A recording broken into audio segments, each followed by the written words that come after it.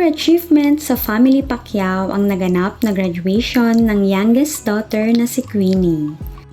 Bumiyahe si Manny at Chinky kasama si Israel mula Jensan papuntang Manila.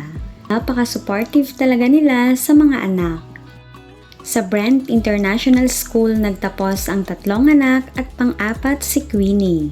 Talagang bigating school ito pero deserve naman talaga nila. Isa si Queenie sa mga may award na nagtapos. Napakabait na bata at nag-aaral ng mabuti. Marami din ang nagsasabing humble daw talaga siya. Matagal nang nahihilig si Queenie sa pamimili ng ukay-ukay at kamakailan nga ay nag-viral siya dahil namamahalan sa presyo ng bag. Napakasimpleng bata kahit mayaman ang kanilang pamilya ay marunong magtipid at praktikal sa mga bagay. Sinama niya ang kambal niyang kaibigan at natuwa nang malaman na kambal din ng mami nito. Bumiyahe rin si Janet papuntang Manila.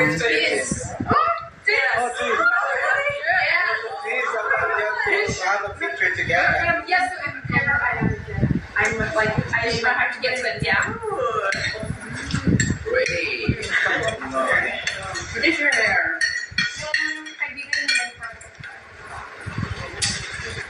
Meron pala kayong ano kanina umaga?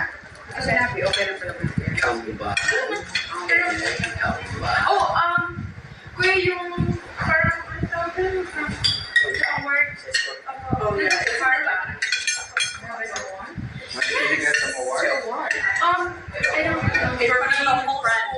Or like being sociable.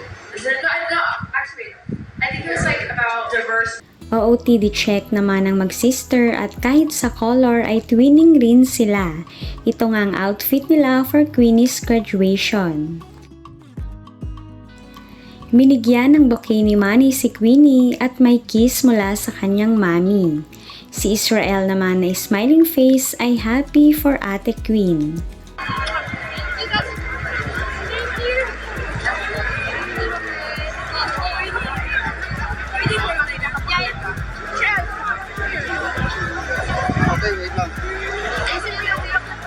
Ngayong tapos na sa senior high school ay excited na si Queenie makasama ang kanyang ate princess sa ibang bansa.